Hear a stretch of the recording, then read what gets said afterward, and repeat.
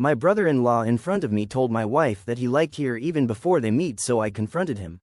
It started with an innocent enough dinner. My wife, Jenna, and I were hosting her family for the weekend. Jenna was radiant that night, laughing as she passed plates around the table.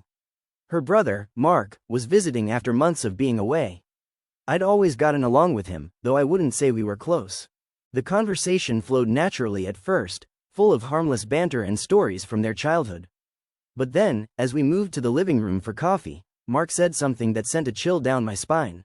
"You know, Jenna," he said, leaning back on the couch with an unsettling smirk, "I liked you before I even met you." The room went quiet. Jenna raised an eyebrow, clearly confused, and gave a polite laugh. "What are you talking about?" she asked, her tone light but wary. Mark swirled his coffee like he was savoring the moment. "You were always the one Mom and Dad talked about, the perfect daughter, the golden child. They showed me pictures of you before I moved back to town, and I thought, wow, she's gorgeous. Honestly, if you weren't my sister, I might have asked you out." The words hit me like a punch to the gut. I glanced at Jenna, expecting her to brush it off with one of her signature witty comebacks, but she froze, her cheeks flushing. "Mark, that's a really weird thing to say," she muttered, looking uncomfortable. It was like he didn't even hear her. "Come on, I'm just being honest," he said, grinning at me now, like we were sharing some kind of joke.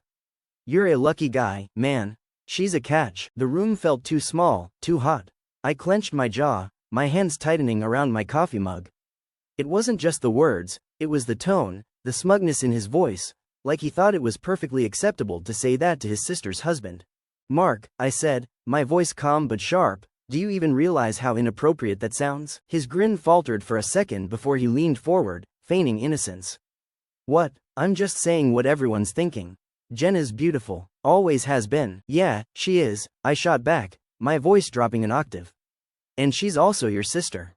You don't get to talk about her like that, especially not in front of me." Jenna put a hand on my arm, her eyes pleading. "Let's not make this a big deal," she whispered, but I wasn't letting it slide. "No, it is a big deal," I said, turning my full attention to Mark. "Do you really think it's okay to sit here and make comments like that? About your own sister? To her husband?" Mark leaned back again, crossing his arms like a petulant teenager. "You're overreacting. It's not like I'm hitting on her or anything.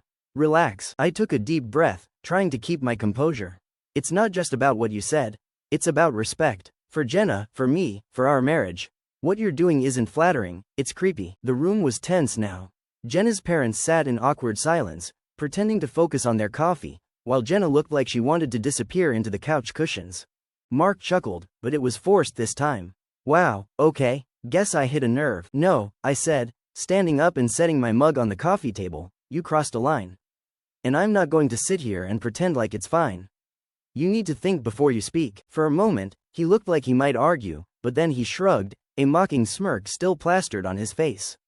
"Whatever, man. Didn't mean to ruffle any feathers." Jenna finally spoke up, her voice firm. "Mark, stop. This isn't funny. You made everyone uncomfortable, and you owe us an apology." Her words seemed to deflate him, just a little. He muttered something under his breath that vaguely resembled, "sorry," though it lacked any sincerity. I didn't push it further. I had said my piece, and pressing him more would just escalate things unnecessarily. Still, I couldn't shake the unease that lingered in the room. The rest of the evening was strained, the easy camaraderie from earlier completely gone. Mark kept his distance, barely speaking for the rest of the night. When he finally left, Jenna let out a heavy sigh and slumped onto the couch.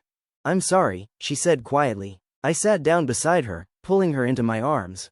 "You don't have anything to apologize for. I didn't think he'd ever say something like that." "It's so," she shuddered, unable to find the right word. "Yeah," I said, my voice soft now. "It was out of line. But you handled it well." She looked up at me, her eyes filled with a mix of gratitude and guilt. "Thank you for standing up for me." "Always," I said, kissing her forehead. We didn't hear from Mark for a while after that night. I'd like to think the confrontation made him rethink his behavior, though part of me doubted it. Some people don't change. What mattered to me, though, was that Jenna and I stood united.